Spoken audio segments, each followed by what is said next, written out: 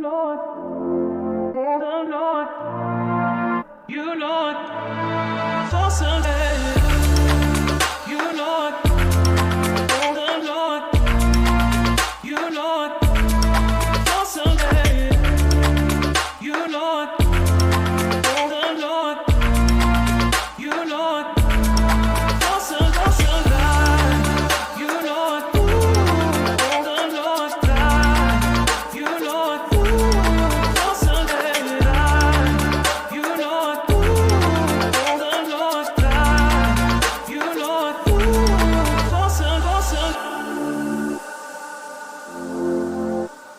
you Lord, for Sunday.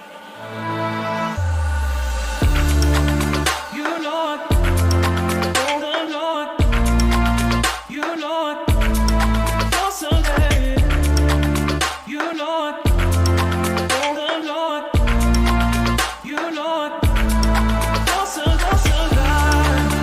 You Lord, the Lord, you Lord, for Sunday. You Lord, the Lord, you Lord, for Sunday.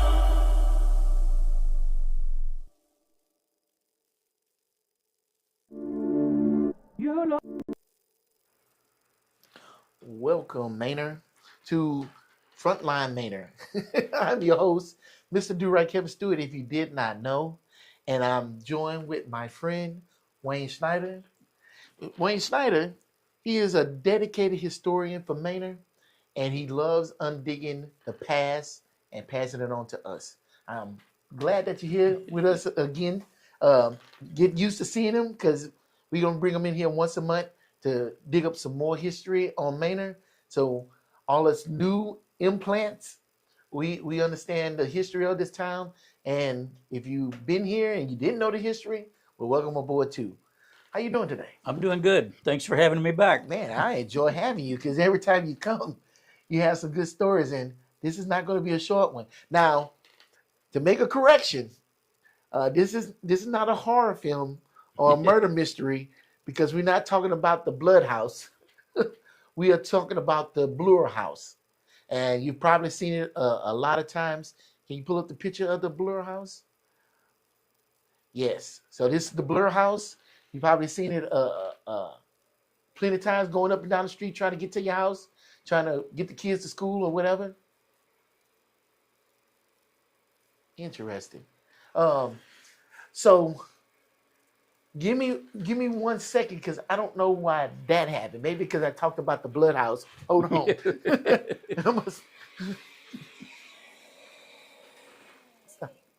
What? I don't know. Uh-oh. So I might have started something. We've been sitting here this whole time getting ready to start. No problems. I have that vacuum cleaner programmed to start at 5 o'clock. And why did it decide to come on as soon as I said that? We're not conjuring up none of that stuff. So moving right along.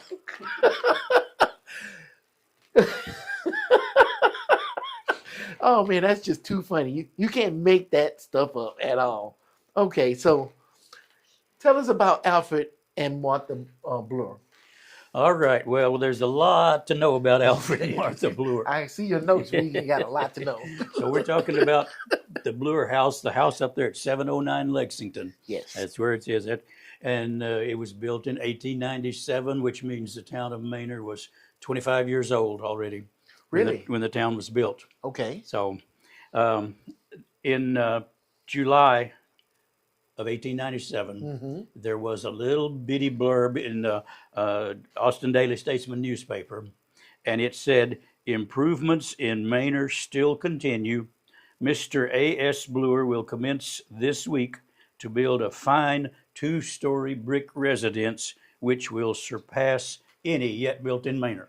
Okay. And then on the 12th, they updated that, and they said it's going to cost about $10,000 to build that house. And then they came back on the 26th and said that it's expected to cost about $15,000 when it's completed. No, so they did the same practice that they do today. Yeah, so that house that you're looking at, $15,000, but there's a little more to the story than that. Okay. So the question I'm starting with is who was Mr. A.S. Bloor, and how could he build such an expensive home in Manor? Right. Because it was not the usual house built in Manor. It was different. Alfred Sutton Bloor was his name, Alfred Sutton Bloor. And he was born in 1850, January 18th, 1850, probably in a little town called Clarion, rather, Pennsylvania. Okay. Because the 1850 U.S. Census for Clarion shows him as a 6-month-old in the U.S. Census in 1850. And Clarion was just about 50, 60 miles sort of northeast of Pittsburgh.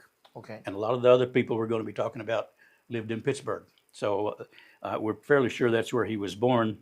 So since he from that area, was he like Amish or something, or come from the Amish area? I haven't seen anything that says that, no. Okay. And haven't run across anything that indicates anything like that. But his father's name was James Holbrook Bloor, and his mother was Harriet. Her middle name was Sutton, so that's where her last name was Sutton. Okay. Harriet Bloor was maiden name was Sutton, so that's where his middle name comes from. And then Alfred's father, James Holbrook, is believed to have been killed during the Civil War in 1863, but nobody knows where or what happened to him. So he may have been one of those unknown soldiers that just got buried out there somewhere after he was killed. But it was in 1863 that his father died. And then the next year, 1864, his mother died.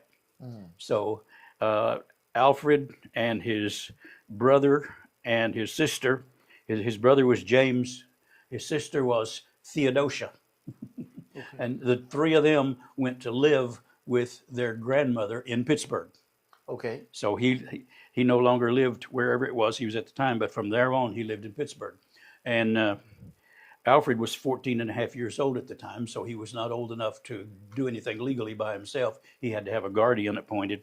And his mother's brother, who was named Richard Bishop Sutton, was appointed by the court to be his guardian of all three of the children, actually. And the three of them went to live with their grandmother in Pittsburgh. Okay. Her name was Ann Sutton, and all three of the children went to live with her. And that same year, which was 1864, Alfred was enrolled in Pittsburgh Central High School. Oh. So that's where he went to his high school. But after he graduated from high school, it appears that he went to law school.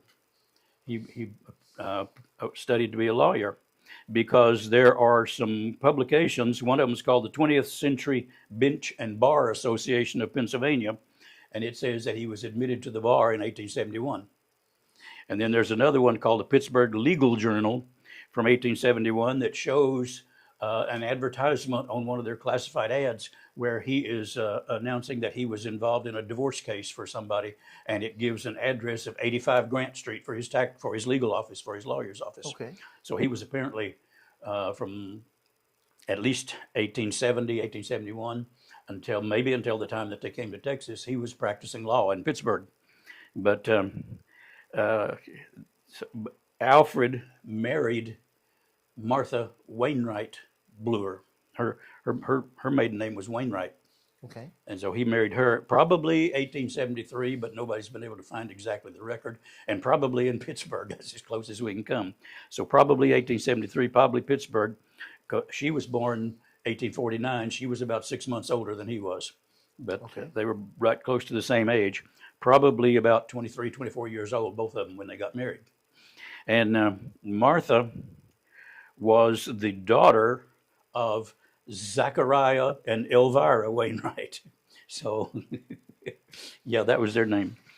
Zachariah Wainwright, and her maiden name was Phillips, but Zachariah and Elvira Wainwright were Martha's parents. And the Wainwrights would have been considerably wealthy people in Pittsburgh at that time. That's a real familiar name, Wainwright. Is they? That's terrible English. Were they a part of a larger family, especially if they was well-to-do? I'm not sure. They possibly, but they were very popular, very well known in Pittsburgh. But I'm not sure about a lot of other places. But Is a TV show? What TV show? I want to There's say it's a something on TV too that has there's that a name. I mean there's a lawyer here in Austin. His name is Wayne Wright. Maybe you've been seeing his Oh, commercials. maybe. Maybe. But his first name is Wayne and last name is Wright. Okay. Has the phone number 888-8888, and that's the one. That's the one. No promotion here though. Yeah, no, not at all. But anyway, the Wainwrights were a wealthy family, and that's where where Martha is going to have getting a lot of her money from, Okay. even from the time they were married. According to probate records, when Martha died, the Wainwright, she was given a gift. It just says, it doesn't say how much. It says she was given a gift of a considerable sum of money by her mother. Okay. That's all it says in the probate records. But her father, Zechariah, died in 1871, and he left quite a large estate to his widow and to his children. In addition to other properties, he owned a 9-acre plot of land in Pittsburgh. Okay. So in the city of Pittsburgh, 9 acres is going to be quite a bit. And one of the things that's interesting about that is his land that he owned in Pittsburgh included what was called Wainwright's Island in the Allegheny River. Wow. It was part of his property. And the Wainwright's Island, you've heard the phrase over a number of different places. Their claim to fame is that George Washington slept here in different times. Well, it just so happens that George Washington did sleep at one night on Wainwright's Island. Really? Yeah. George Washington, this was 1753. Right. George Washington and a guide that he had with him had gone somewhere further north, and they were coming back toward Pittsburgh. And when they got to the Allegheny River, they thought it was going to be frozen over because it was the middle of winter time. Mm-hmm. They thought they were going to be able to walk across the river and go on into Pittsburgh. Well, they got part of the way across and found out it wasn't frozen over all the way. So they stopped and they built a little raft that they were going to ride across the river the rest of the way. Wow. And there was some ice flow in the river that destroyed their raft. And the only thing they could do was make their way to Wainwright's Island, and they spent the night on Wainwright's Island. And then by the next morning, the water between the island and the mainland was frozen enough so that they could walk across and leave. So the claim to fame of that island is that George Washington slept there. Before the show, I said, did they have some kind of connection with Sam Houston? He was like, no, but I got something better. And yeah, that was better. Yeah, so they apparently had George Washington slept on their island at one night. Okay. Well, talking about the money that the Wainwrights had, in 1882, the Pittsburgh Junction Railway Company wanted to buy a little bit of their land because the railway company wanted to put a bridge across the Allegheny River. And when they did, they bought a part of the Wainwright land. And of course, Zechariah was dead by now. Martha was in control of the land. And they paid her $140,000 for the land that they bought for the railroad. Oh, that's a lot of money. So she had a lot of money there to start with. But when Elvira Wainwright wrote her will in 1902, she apparently had quite a bit of money. She left $10,000 to each of 12 grandchildren. And then she left $10,000 to Martha, who was her daughter. And then it just said that all the rest of her estate was to be divided between Martha and her sister Anne. So we don't know exactly how much that turned out to be, but Elvira's estate at the time of the inventory of her estate after her death in 1904, it was still valued at $140,000. So she had money, and she gave $10,000 to 12 different kids, so she had some money. Well, that's not all the money they had. They had quite a bit from there, but I ran across a man whose name was David B. Sutton. Okay. And it took me a while to figure out exactly who he was. But David B. Sutton was Alfred's mother's uncle. And he was a bachelor. He never got married. And he bought and sold a lot of property in Pittsburgh. And when he died in 1896, and now this is going to be 1 year before they built the house in Manor. Okay. When he died in 1896, his estate was valued at $1,034 and $1,034,903. Wow. And he had no children. He had no family members left. Okay. He didn't have a will. What? He didn't. It seems like that was the thing that ran in the family. He didn't have a will. His mother didn't have. I mean, Martha, Elvira didn't have a will. Neither Alfred nor Martha ever wrote a will. So it seemed like it ran in the family. But anyway, during the probate of his estate, at one point, Alfred and his sister both were each given $25,000 from David B. Sutton's estate. Well, that wasn't all, because it goes on to say that later on in the probate minutes, it says that these minutes were written after Martha died. They were written by her son, his name was Bertram Hathaway Bloor. Okay. And he wrote up the probate minutes after Martha died, and he said in there that David B. Sutton also left $130,988.39 to Alfred. Wow. This was in 1896. Mm-hmm. So Alfred took 75,000 of that and immediately gave it to Martha as her personal property that he would have nothing to do with. So he gave her 75,000 out of that, and she had just recently gotten all the money from her mother's estate. Wow. So she was well off. So both of them had a lot of money. Yeah. Wow. So when Ann Sutton, who was the grandmother that Alfred and his brother and sister had gone to live with, when she died, she left Alfred another $2,000. So both of Alfred and Martha had money before they moved here. They came across a windfall. They did. They had a lot of money. Well, deed records from Travis County show that Alfred and Martha, along with two people called John R. and Ella Cooper, Ella W. Cooper, bought 906 acres of land in Travis County. Wow. In 1878.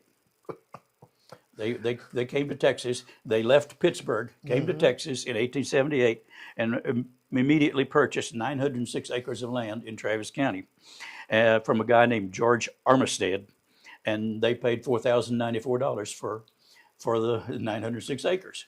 Wow. Well, the strange thing about that is, and we'll get to it in a minute. Well, let me say first where this land was. It was about 3 miles south, right down. If you head south from here, it was about 3 miles from here. Okay. Yeah, it was 3 miles from Manor. I don't know whether you know about the area where Toll Road 130 and 973 come together down this way. It would have been in that area, but it was covered a lot of territory, 906 acres. Right.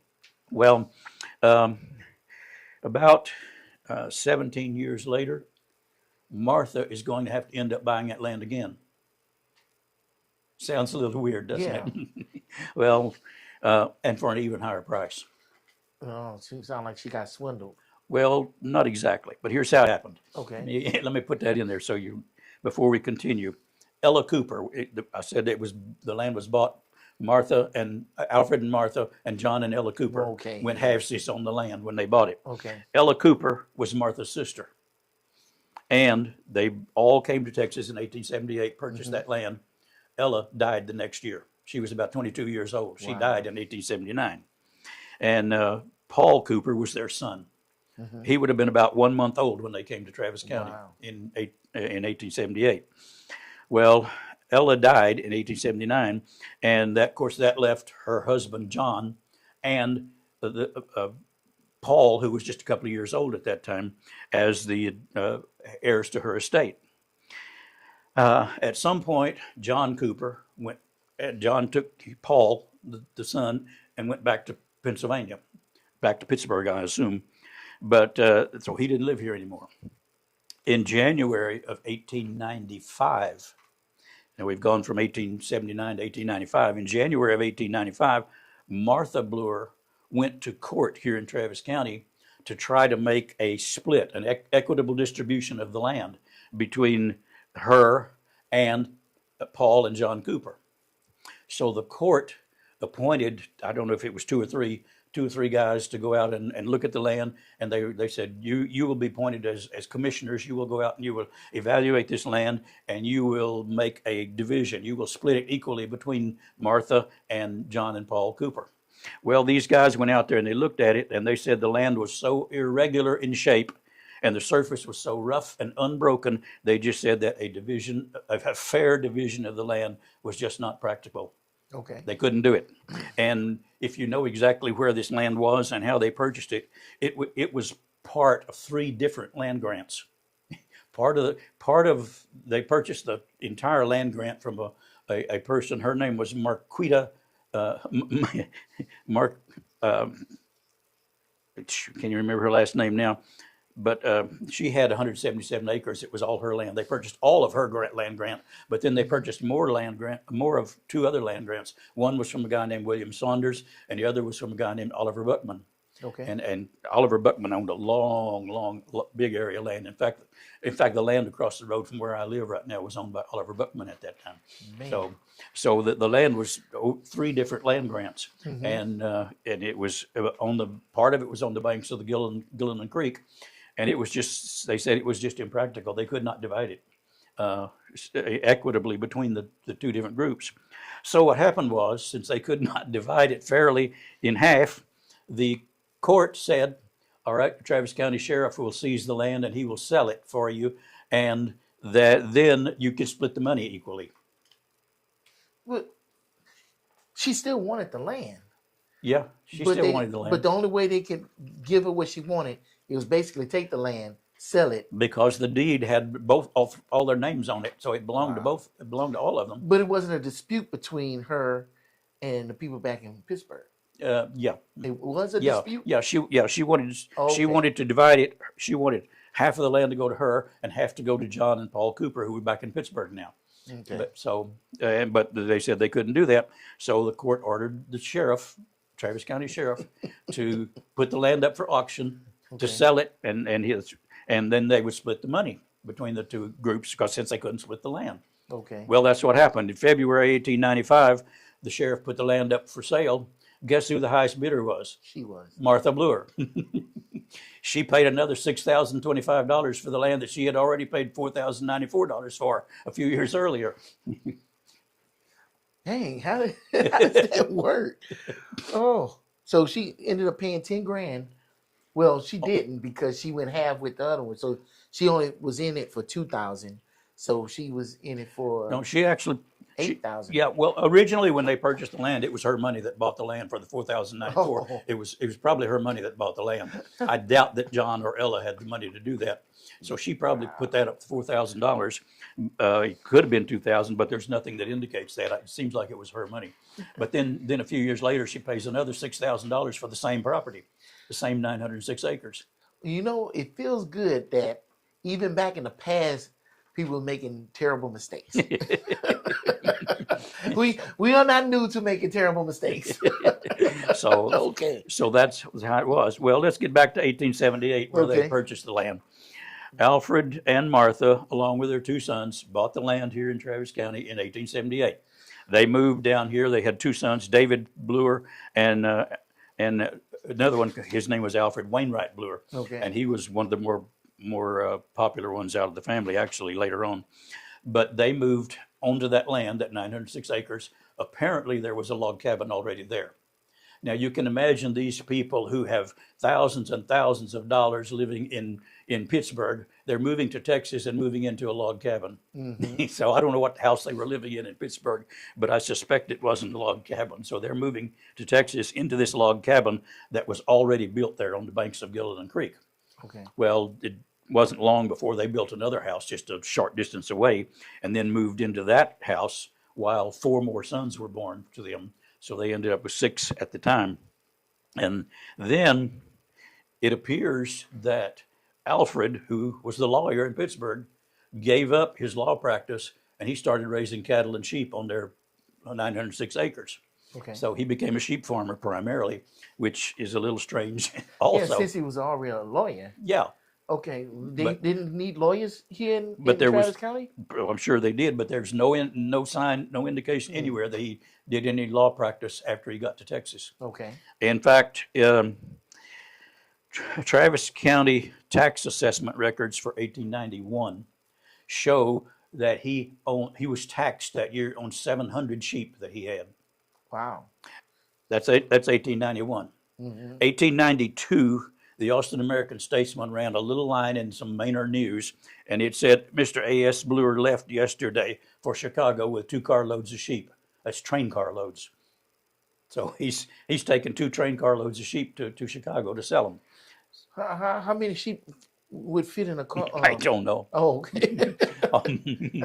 I don't know. I wondered that myself, but there's no way to tell. But the thing is, at some point, he must have gotten rid of all of them, because the next year, 1893, the tax assessment records, he was taxed on 0 sheep. He had none. Wow. He had none. So He must have got tired of them sheep. so after he came to Texas, apparently he was primarily a sheep farmer for a while. Okay. So then they built the Bloor House in 1897. That was 1891, 1892 when he got rid of the sheep. And then in 1897, after they had lived there in that property from 1878 to 1896. And remember, 1896 was when he got $130,000 and she got a bunch of money. So at that point, they built the house down the road here in Manor Okay. the next year. The interesting thing is, when they built it, it was not in the town of Manor. It was not Manor at the time. So right there where the house is built, that was in Manor. That wasn't in Manor. That was the street running east to west on this side of the house is Rector Street. Okay. Rector Street was the northern limits of the town of Manor. It stopped right there. Okay. Now here's how that happened. A man named Addison Earldom Lane Okay. in 1879, he purchased 38 3/4 acres of land from James Manor. And it was on the north side of the town of Manor. So he purchased this 38 3/4 acres in 1879. And then he later on, when Martha Bluer, when they were going to build this house, she bought land from him. It was not from James Manor, because it was not in the town of Manor. Okay. She bought, it actually turns out to be the same size as the town lots in Manor, but she bought a piece of land from him that was 250 feet square. And it was the same size as a city block in Manor. Oh, wow. And she bought that from him for $1,900. So you're going to actually add $1,900 onto the price of the house of $15,000. So you've got almost $17,000 they put into this in building this house. Okay. There were no streets at all on that property when she bought the house, but she had it written into the deed record where Mr. Lane would add streets on all the 3 sides, because she was on Rector Street. Her house was on Rector Street, but he would add streets on all the other 3 sides of the property for her. She had it written into the deed record so that he would do that. So, and the streets were like dirt streets? Yeah. Okay. Dirt streets, yes. And so whenever Mr. Lane had his 38 3/4 acres added onto the city of Manor in 1912. He had it added onto the city of Manor. Then, of course, one street was Lexington Street. Then on the other side was Caldwell Street, and the streets on the sides of the Bloor property were just extensions of the streets that were already in Manor. And then he put a street on the north side and named it Lane Avenue. So he put streets all the way around the property that she bought. Wow.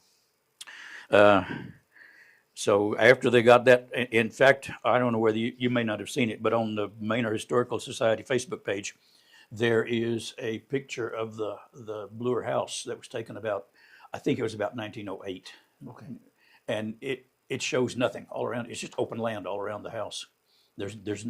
There may be, you can see what looks like maybe a dirt road going by in front of it, but that's all you can see. There's nothing else. It's just open land all around the house. So that's what it looked like when they built there. So they got the land, and then they signed a contract with a guy named Charles Ledbetter, who apparently was a house builder and apparently knew what he was doing, because he built that house. And they signed And about the middle of 1897, they started working on the house, and they must have been going pretty quick, because while most of the homes in Manor at that time were just wood frame houses, Right. and some of them, a lot of them one story, maybe some of them two stories, but most of the homes in Manor were wood frame. The Bloor house was covered in brick that came from Elgin Press Brick Company right up the road here. And while most houses in Manor had maybe one chimney and maybe a fireplace, and even James Manor's house had one chimney and probably two fireplaces, one Right. upstairs and one downstairs, the Bloor house had 4 chimneys and 7 fireplaces. Wow. And you can see in some of those pictures when you were Yes. looking at a while ago, you can see different pictures of some of those chimneys. But they had 4 chimneys and 7 fireplaces in that house originally, so it was quite a bit different. Now I can tell you that in building that house, they purchased 89,770 bricks from Elgin Press Brick Company. Wow. 89,770 bricks. That's not a brick facade. That's a brick house. Yes. So, and here's what's even funnier. The 89,770 bricks cost them $748.10. Wow. Now, how do we know this? I didn't go out there and count the bricks on the house. No. Yeah. How do you know specifically that that's the amount of bricks? Because in the Travis County records, under the mechanics lien records, in February of 1898, a man named Morgan F. Smith, who was the secretary and treasurer of the Elgin Press Brick Company, he filed a mechanics lien against the guy who was doing the brickwork on the house, because apparently there was still an unpaid balance of $434.10. And this would have been about the time that the Bloors had already moved into the house. Oh. This would have been in 1898. So they were probably either moved in or moving in, and yet there was still $434 still owing for the bricks. So the brick company filed a mechanics lien against the house. Even though they paid, well, I don't know, they had contractors back then? Yeah, this guy that they Oh. filed the mechanics lien against was a subcontractor doing the brickwork on the house. Well, it's nice to know that people like that were around back then like they are now too.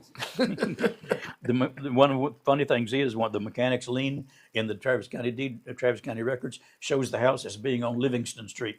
Okay. They It's not Lexington. yeah, instead of Lexington, they showed it on Livingston Street. But so anyway, apparently the bricks got paid for it sometime. So because they moved into the house. Now, the one thing that you don't see in all of that is that actually the house was one of 4 buildings that were constructed on the property. Oh, okay. When they built the house, they also built a 10 by 12 foot garden house that was right behind the house. I don't know what all they had in there, but they called it a garden house right behind the main house. But then they built an 18 by 20 foot carriage house that's on the north side of the north street running on the north side.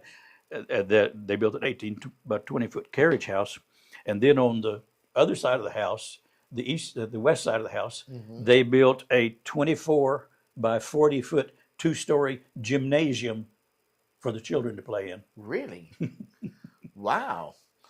So they not only built just the house, they built all 4 of those buildings at the same time. Yeah, they had a little compound there going. Yeah, and you can the what's left of the gymnasium is still there, and I think what's left of the carriage house is still there. Okay. I'm not sure about the garden house; it may not be there anymore. But the other 2 buildings are still there, even though they're not in very good condition. But their remains of those are still there. So they built all of those there at the same time, and apparently the Bloors got moved in, and the family had a place to stay. They had 6 children at that time. Or no, they didn't have 6 because 2 had already passed away. There were 2 of their sons that one of them passed away when he was 16, and another one was when he was 15. Oh, wow. So Okay. so they only had the 4 children left out of the 6 at that time. Now, a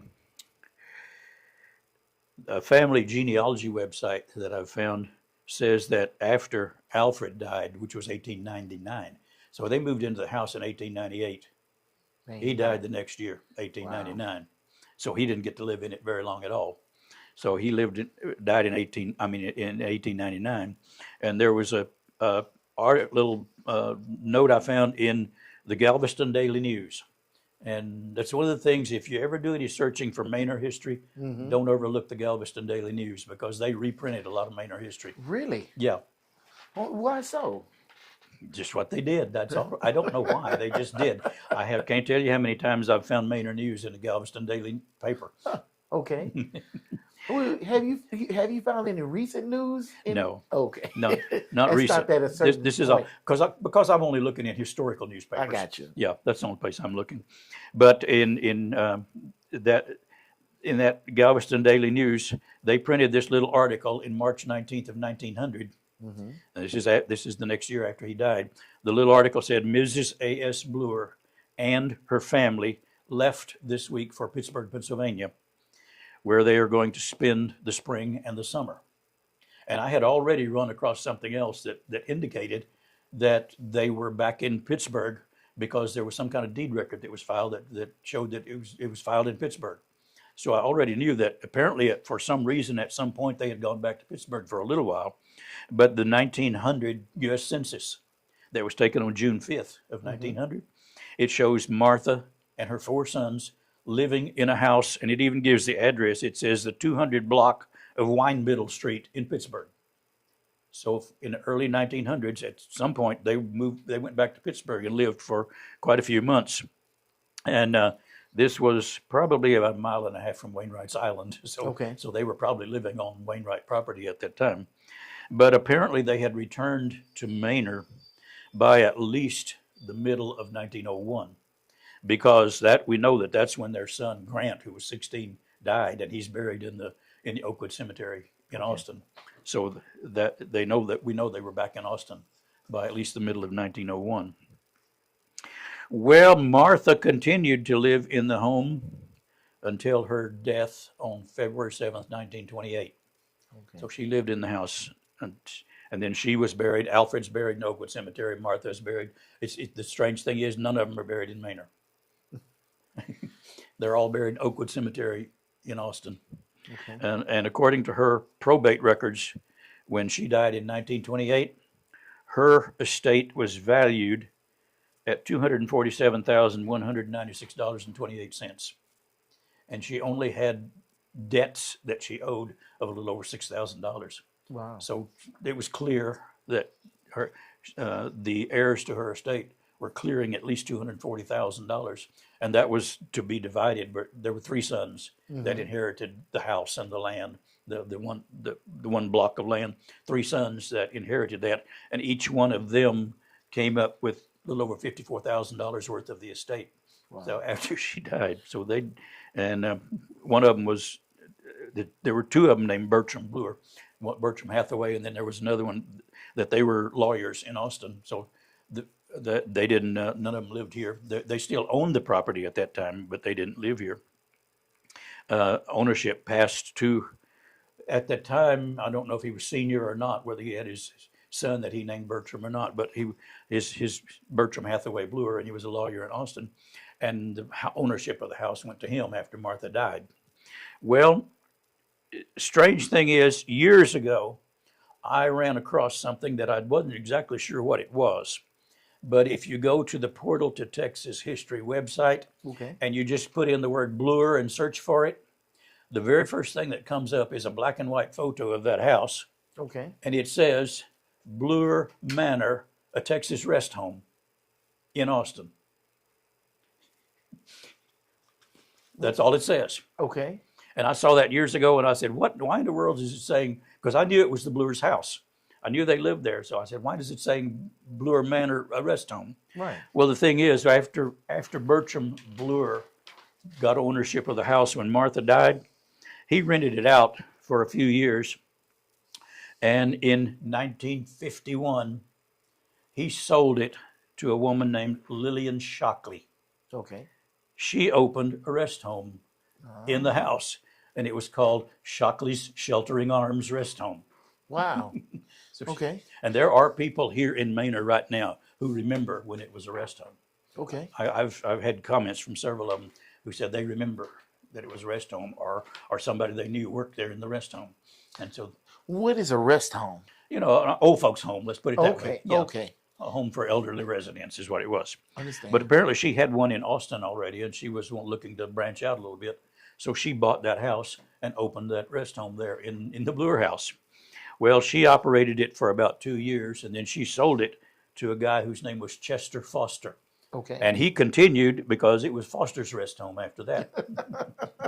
So it was a rest home for a number of years. And that's why if you do that search and that picture comes up, that's why it says a rest home in Texas, because it was for a little while. It was a rest home.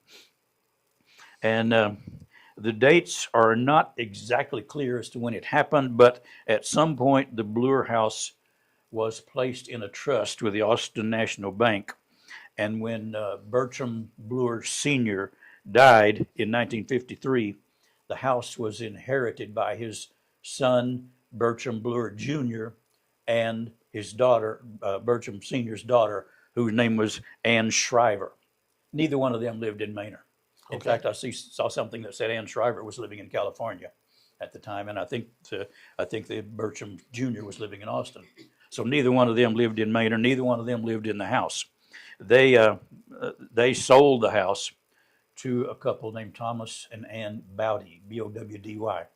The Bowdys bought the house in 1960, and that ended the Bloor's connection to the house. Okay. So they had the house from 1897 to 1960. Wow. After that, it was no longer theirs. So the Bowdys then sold the house to Sidney and Evelyn Donnell, Donnell, in 1977. And the Donnells did a lot of work in the house. The Bowdys did some work in the house. And, at that point, they could do whatever they wanted to it because it was their house. But the problem came in when Sidney and Evelyn Donnell in 1982 submitted an application for a historical marker for the house. The marker? They submitted an application, and this application is online on the Portal of Texas History. You can see this application. And they submitted the application, and it was approved in, January of 1983. The application was approved, and the historical marker is on the front of the house now, right next to the front door.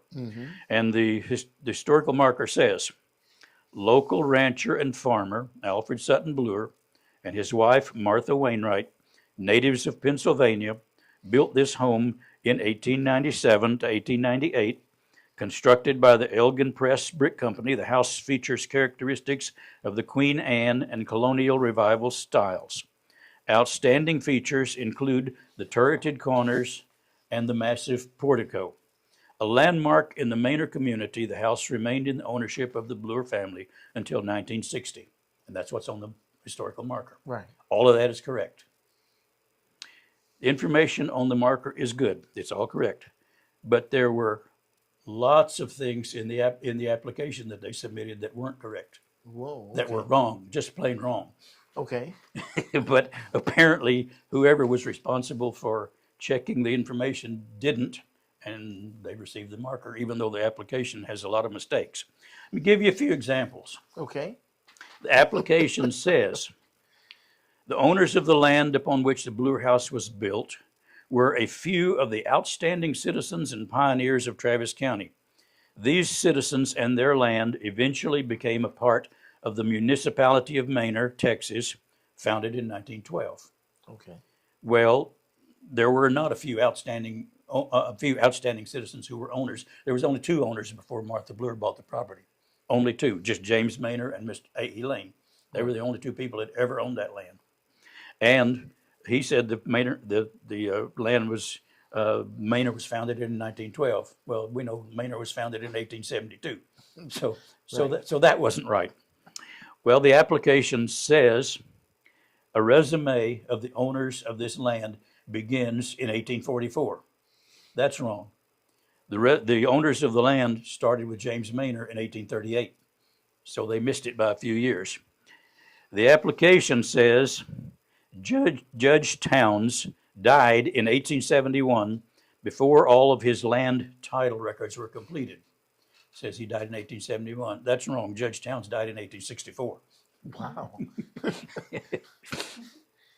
The application goes on to say the executor of Judge Eggleston's estate, and it wasn't Judge Eggleston, it was Judge Towns. His name was Eggleston D. Towns. You know, you've got two streets in Manor. One is Eggleston and one is Towns. Okay. His name was Eggleston Dick Towns. And so it says Judge Eggleston's estate, and it should say Judge Towns' estate. So there's another mistake. The application says Nelson Rector received title to part of the estate in 1873, and he sold this part to James Manor in 1877. And this became part of the James Manor Headright Survey. Nelson Rector never owned any part of that land. It had belonged to James Manor since 1838. Nelson Rector didn't own it. A headright land grant is given for people who have came to Texas in a certain year and whether they served in the military and all that things. That's how they got their land grants. But a headright grant is for a specific number of acres, and you don't add more land to a headright grant. It's always for the same amount. Okay. So they were wrong about that also. The application says that M.C. Towns, that would be Martha Cousins Towns, that was Eggleston Towns' wife, Martha Cousins Towns, purchased the property from the estate of her deceased husband, Eggleston D. Towns, in 1871. And it says in the application that this was recorded in Book 5, page 514 of the Travis County Deed Records. That's wrong. The deed record is actually Book V, page 514. It was a Roman numeral V. They transposed it to be a 5 because the V stands for 5, you know. Right. So they took it to be a 5 and they put the number 5 instead of the letter V. Okay. So that was wrong, and that one took me a while to find. That one took me a while to figure it out because I kept looking through Book 5 trying to find that record, and it wasn't there. And all of a sudden, for some reason, it hit me. Maybe it wasn't a 5. And sure enough, if you go to Book V and 514, that's where it is. Wow. Well, the application says in 1881, James Manor sold 38 and 7/500 acres to A.E. Lane. The deed record is from 1879, not 1881. And one more.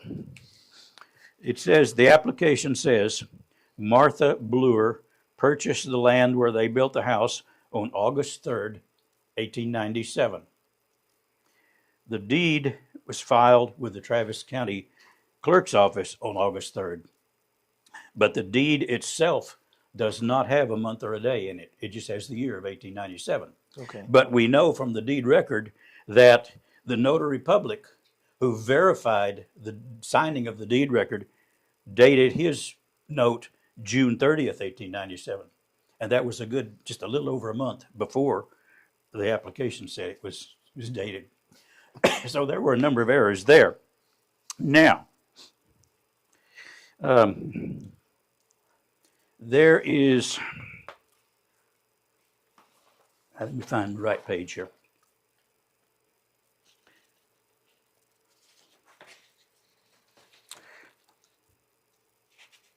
Because I want something here I want to show you also.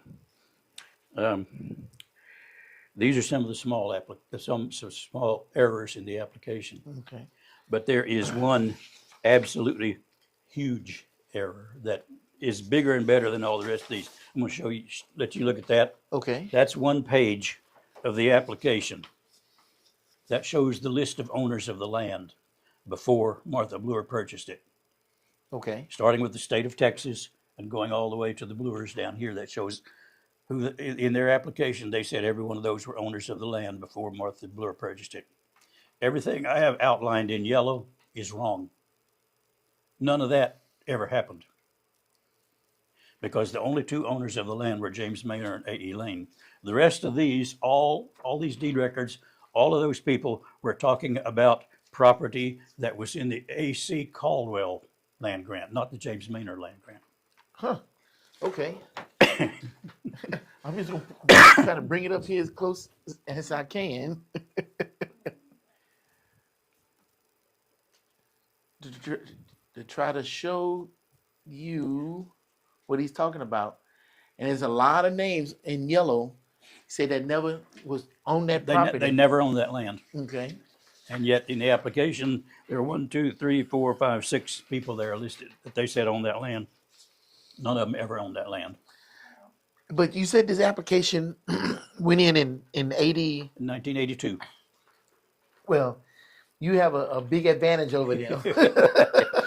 Well, all they had to do was go to the Travis County Clerk's office and look through the deed records. I don't have to go there. I can look it up online. Right. So even though they had a lot of mistakes on the application, they didn't use that information to put the placard on the building. Well, I guess they didn't really need to have that whole history in order to make it a historical landmark. either that or the people who were charged with the responsibility of verifying their information didn't do it or didn't do a very good job of it and just took their word for it and said, well, they put all that information in there. They must know what they're talking about. Well, none of that information shows up anywhere else, does it? Just in the application? No. Well, yes, it does actually. Okay. There's a page of text earlier where it mentions all of these people. Okay. And it mentions all these people as the former owners of the house. So you talked about the Texas Historical Portal. The portal to Texas history. Is all that information in the portal talking about that house? Yeah, Oh, I see why it makes a big difference. yeah. Okay. It is now. I mean, of course, that is something that's new. You know, Portal of Texas History is a website that they wouldn't have had access to. It didn't exist then. Okay. Right. I agree. So they would have had to go to the Travis County Clerk's office and look through the books that were there to find all this stuff. But I mean, if somebody went to the portal and saw all that wrong information, they would get the wrong history. So by you digging up all this history and all the right history, can you submit to get that changed or something? So we don't learn the wrong thing. You know, it might be possible. I don't know, but at this point, does it really matter? You know, I mean, it would be nice. I mean, as I said, I'm getting ready to put all this on my blog. Okay. All this information on my blog. I'm going to add it all to it because there's a lot of information here that that's a lot. It's not on the blog. Yeah. Well, but I mean, I think it is important because one, you ain't gonna be around to sit up here and find all these mistakes, and pretty soon, a lot of us are not gonna be here. And 50, 100 years from now, you know, it's gonna be further away from the building of that house. It may be still standing, and we would definitely want the right history to be told. It would be good to have it corrected. I agree that. I don't know what it would take to do it, but it would be good to have it corrected. Well, if anybody sees this, and if you know, let us know. Put it in the comments. How could we go about trying to correct this? That way, the real history is taught and not the wrong. Yeah, because all of those mistakes. I think part of the problem is if you start looking through I read every one of those deed records for those 6 different people. Every one of those deed records that they show there that for owners of that land, I went through and read. I was able to find every one of them online. Once I figured out that the V was not a 5, it was actually a V. I was able to read every one of them, and they all mention that this land was from A.C. Caldwell's land grant. Okay. Not James Manor. But one of those deed records is online, and I'm assuming it is in the actual paper version. It's very dim and very hard to read. Okay. And so unless you read very slowly and very carefully, you may just overlook it, may not even see that it says A.C. Caldwell.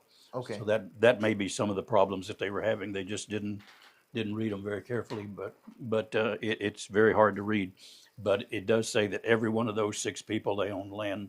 They bought land and I already knew that Eggleston Town's land was in the A.C. Caldwell League, because another thing that we may want to talk about someday, I have a lot of the original handwritten records from Eggleston Town's law office. Okay. I've got probably 125, 150 different pages from Eggleston Town's law office. And I won't go any further than just to say that I got them from somebody who lives in Homer, Alaska. Wow. Wow. So that could be another show. Well, that's going to have to be after the hospital show. Okay, I agree. I agree with you there. Because you said too much about that hospital, and I'm just chomping at the bit to hear about that. Yeah, no, I'll agree with you. We can make the next one for the hospital. Okay. Okay, now I'm just about done, but let me put this out there. Okay. All right, the house was built in 1897. Yes. We said the house itself cost 15,000, and the land was $1,900. In 2018, which was when those pictures that you're looking at, in 2018, that house was put on the market for $599,900. Yeah. So, And I don't know exactly what the new owners of the house paid for it, but that's what the asking price was, $599,999. Well, it sold in March 1st of 2019 for Okay. whatever they paid for it.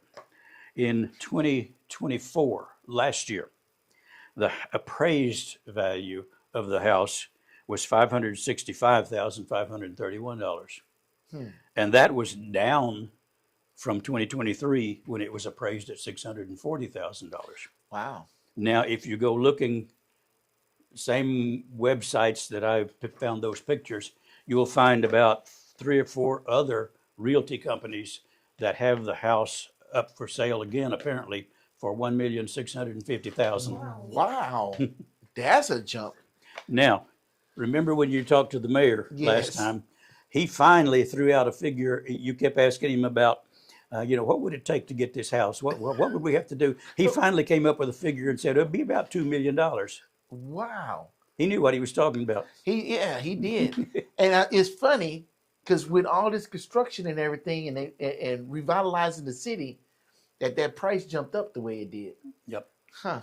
But there's 3 or 4. You can find 3 or 4 different realty companies that have it showing for $1,650,000.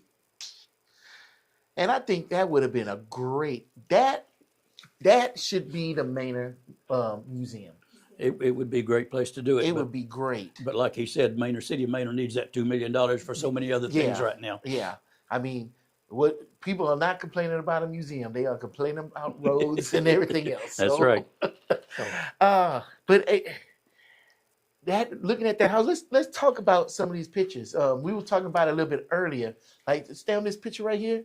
So the hallways, if you look close, it looks like it's a fabric wallpaper on the wall.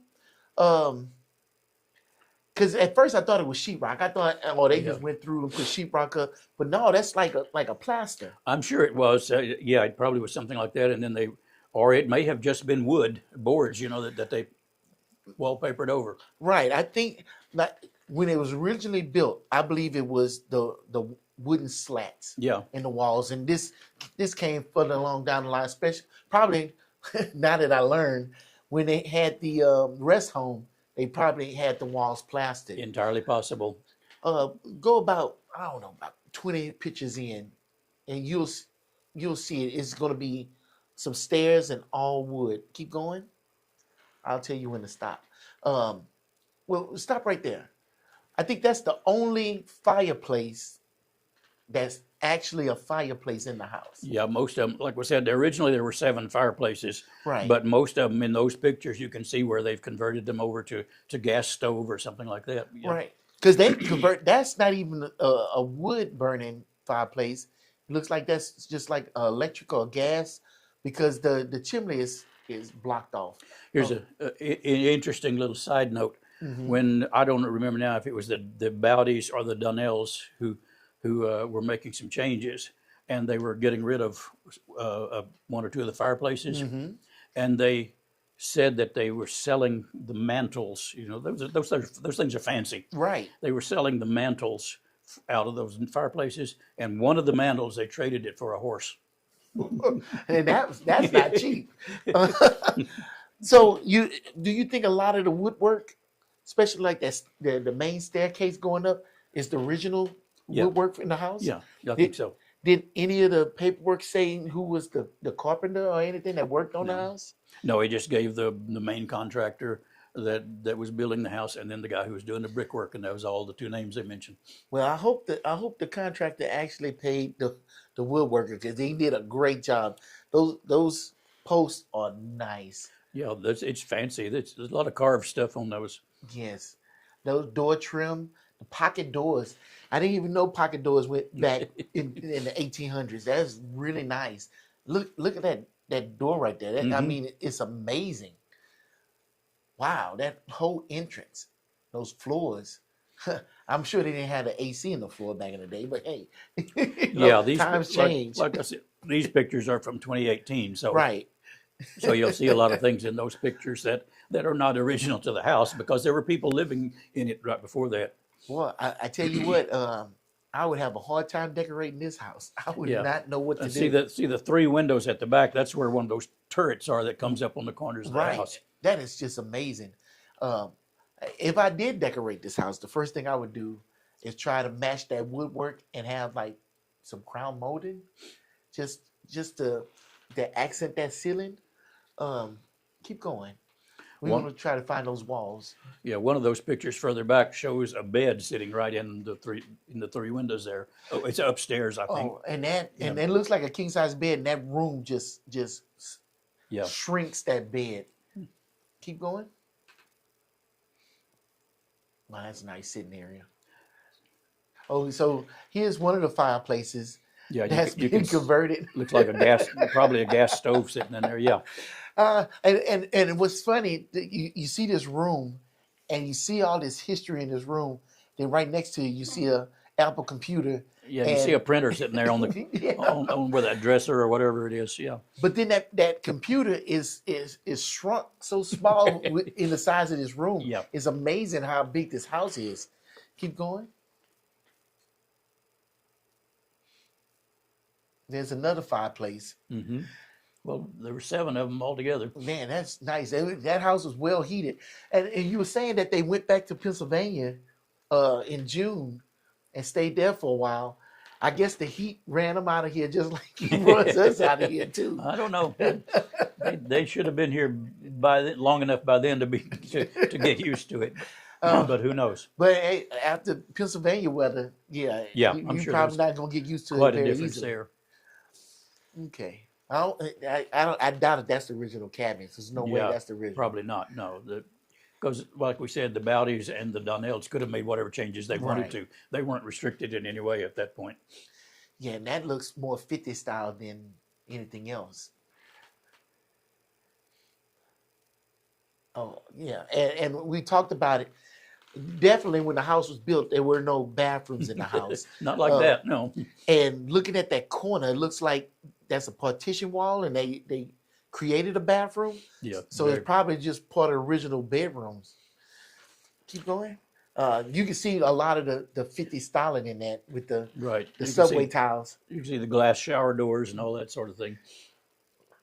Banister. Oh, that's just amazing. See, there's the bed Yeah, sitting look at that. Just right in front of those windows in that turret on one corner of the house. just shrunk. That bed is tiny. I Yeah. bet you if they had a picture of a person in there, like that chest of drawers, you know that's a big chest of drawers, and that armoire, Yeah. that is not small furniture. It's just that room just makes it look like a dollhouse furniture. There's another one of your fireplaces. Now, excuse me, I wondered if that was one of the original mantles. Don't know. Yeah, that's just looking at that woodwork, it looks really nice. Like if I owned that house, I would have somebody come in there and just evaluate Yeah. Now, everything. See, you can tell that's been upgraded quite a bit there. Definitely upgraded.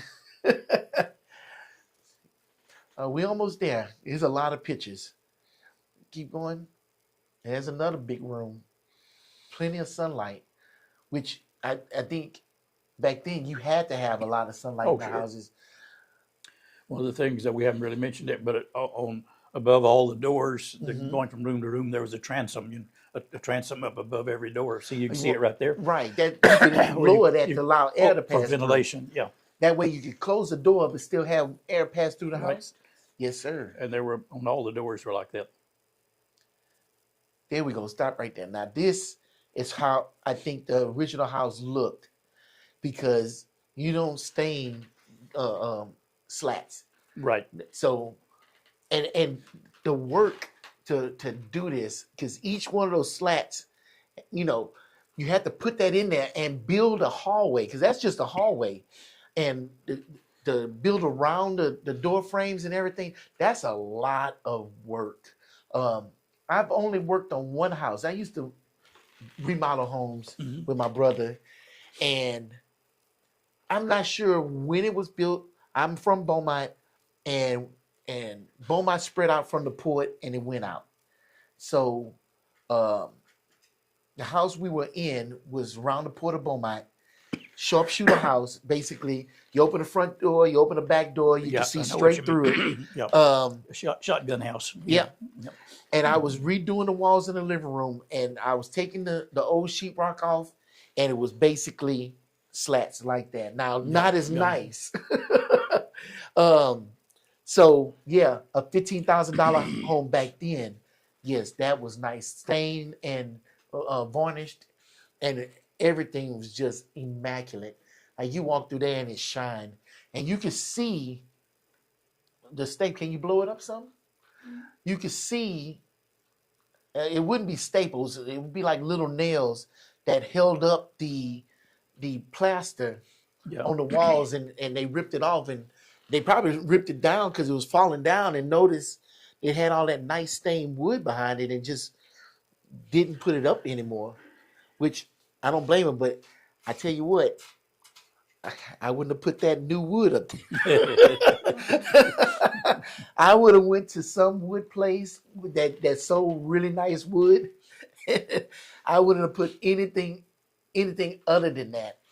Um, that Yeah. almost looks like pine, which it probably was pine in the first place. Very possible. I haven't run across anything that says where they got the lumber from, but there was a big lumber company here in Manor. It was a big lumber company. Yeah, right down here. If you're coming in on San Marcos Street, Okay. just before you get to the railroad tracks, over to the left, there was a big lumber company called Selstrom and Rich Lumber Company Okay. for many years. And then they wouldn't have to go that far to get the lumber. It was right up the road. Yeah. There's one more picture I want to talk about, and I thought it was super interesting. You might not know about this, but I would talk about it because I think it's fun, and it kind of goes into what happened earlier at the beginning of the show. Keep going. I'm going to tell. Oh, nope. That's it. Go back. Zoom in right above the chair. So that looks like the entrance to the attic. And on the door, it has "Do Not Enter." I don't know how many horror movies we done seen with the attic door, and it's cracked open. Now it's cracked open because they have extension cord going in there. But as soon as I saw that picture, my mind started racing. Who knows what's up there in the attic, huh? You know what? And then now with what you told me, I mean, the children died in the house.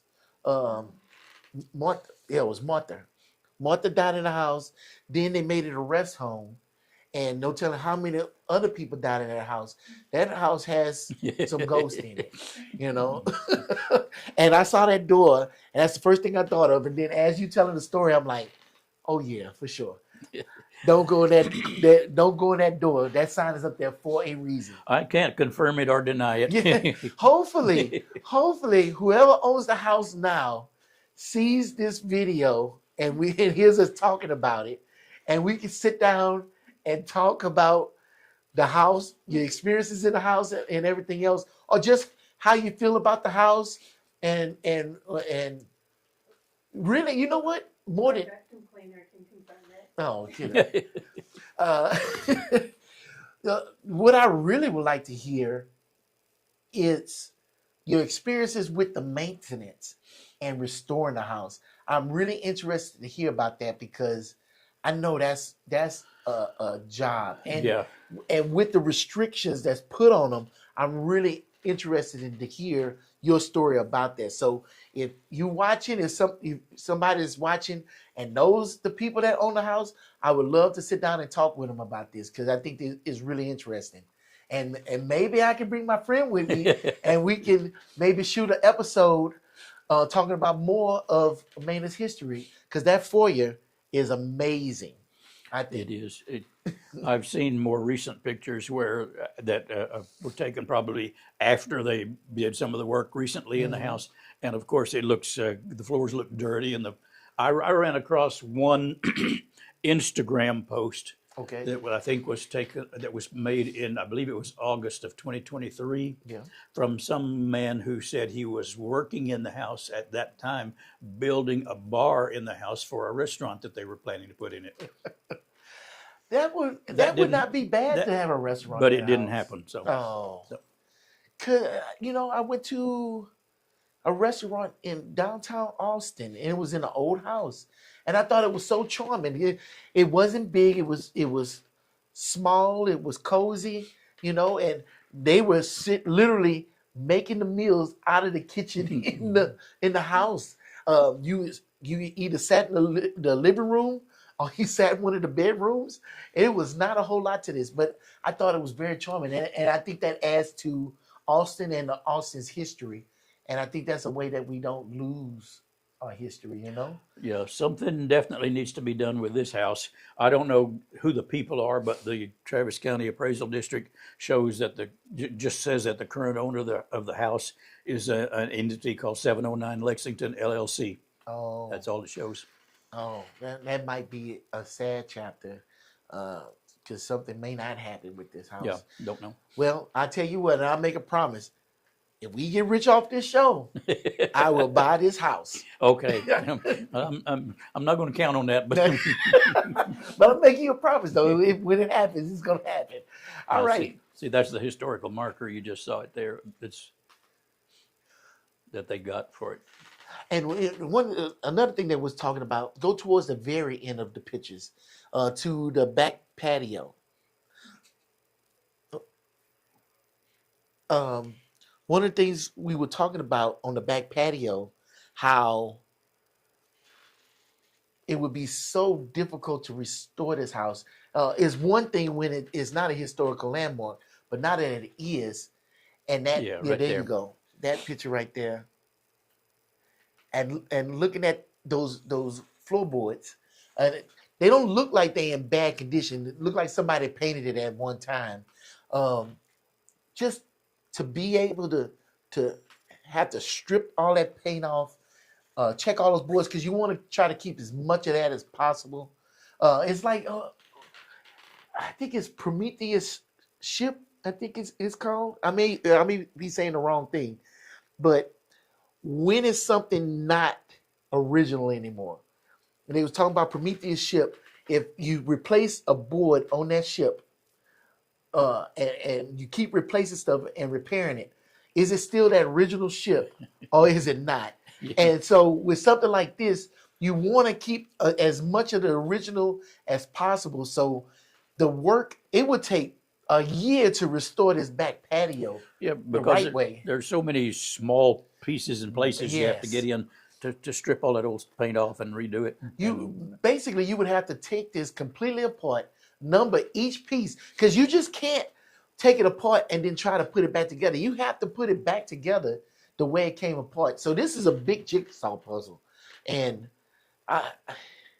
that is an undertaking. I see why the mayor said what he did, because you even if they bought it for $2 million, it would probably cost $10 million to restore this house. And to do whatever they wanted to do with a library, a museum or a visitor center, Right. is going to take some more money. So And you have to keep it up. It's going to be constantly restoring this house, and you have to man it. You have to have groundskeepers. You have to have security. So yeah, this is going to probably have to be a private venture, and not you may not may have to completely do the electrical and the plumbing and all that stuff. No doubt. No telling how many. And I'm not even talking about boo ghosts. I'm talking about electrical ghosts and gremlins and termites. Oh, they had some old termites in this house. So this has really been a really good episode. I'm so excited about this. It's exciting to hear about the history, and it's exciting to see the pictures. When you sent me the link for the pictures, I got so excited. I hope to get to see inside of this house for myself. Just to look at it. I love this. But before I forget, before we go, you said something, and I had to ask you about it. I know you love history. Yes. How does your wife feel about it? Well, let's just say she's not as thrilled as I am. So, how many hours did it take you to get all that information and dive down those rabbit holes? I couldn't even begin to tell you. Did you Hours and hours and hours, yes, but I don't know. start this after our last show? Not all of it, Okay, because I have a story about the house on my okay, blog already. okay. But probably about all of the information that I gave you about Alfred and Martha and their families in Pittsburgh and the money that they had, all of that was new. Wow, wow. So I'm glad that I can uh, inspire you to get some more information and dig into it even more. Oh, can you enlarge that picture? So right behind the tree is a little building. Is that part of the stable? Not the stable, the carriage house or the gymnasium? There was an extension added onto the gymnasium at some time when one of the other owners bought the property. Okay. There was another little extension added onto the gymnasium, and that looks like that may be what that is. Wow. Because this is the back side of the house. Now see that, That's that same building. yeah, no, that's not the extension then. It just looked like a shed. Yeah, it doesn't look like the garden house though, because it was a little taller than that, I think. Okay. But there are pictures that show the garden house. One of the pictures on my blog does show the garden house, but it was just a small place I assume for their tools that they use to take care of the property and things like that. Can you go back to the other picture you was just on? Over there on the, still zoomed in. There you go. Zoom in that white little building. Yeah, I really can't see enough of it to tell. Yeah. Okay. Man, I'm just looking for everything. Well, I'm looking for faces in the windows and everything. If you drive all the way around that house, all the way around the whole block, you can see the carriage house and the gymnasium on the back sides of the house. I've never done that. And that's sad. Since I've been here 2 years. I drive the same streets, and all I do is come in, go straight home, and straight out. Oh, that's definitely a shed. That's definitely. Yeah, see that? No, that's some other shed or something somebody built out there later. And that's a metal roof on it. Yeah. Oh, and originally there were 4 chimneys coming out the top of that house, but some of them have been removed. And there was, you know what I'm talking about? If I say a balustrade that went around the top, it's sort of a little fancy railing type place Right. that went around the top of the house in a square where the 4 chimneys were. All that's been removed also. The older pictures I've got, the one that I have on line from 1908 or so, it still shows all of that on the house. Wow, that's nice. All right, well, I better get out of here before I keep going. I thank y'all for joining us. Thank you, Wayne, for coming in again. You're most welcome. I will see you again next month. Wow, this has been a really great episode. I hope you enjoyed it. If you did, leave a comment. Leave a comment for Wayne. Leave a comment for me. If you have any questions or some history that you want to know about, I can pass it on to Wayne. Maybe he's probably looked into it. But if he hasn't, I'm sure he'll jump right on it because this man loves history of Maine. Let me say that's exactly how I got started looking into the information on the hospital. Oh, Somebody in Manor contacted me about it. okay. No, you heard it here second. If you want to, because I want to know about that building right next to the railroad station. That's next to the tire place. So you got the tire place. You got Chuck's right in front of the tire place, and as you go towards the railroad station, out to no, it's not a building. It's just an old slab. Oh yeah, no, that's not anything really. Oh, really? If I'm thinking of the same place you are. Okay. I thought I was on to something. Okay. All right. So thank you for joining us. There's a million videos out there that you could be watching, but you chose to watch this one. I appreciate you. Wayne appreciate you. And until next time, peace.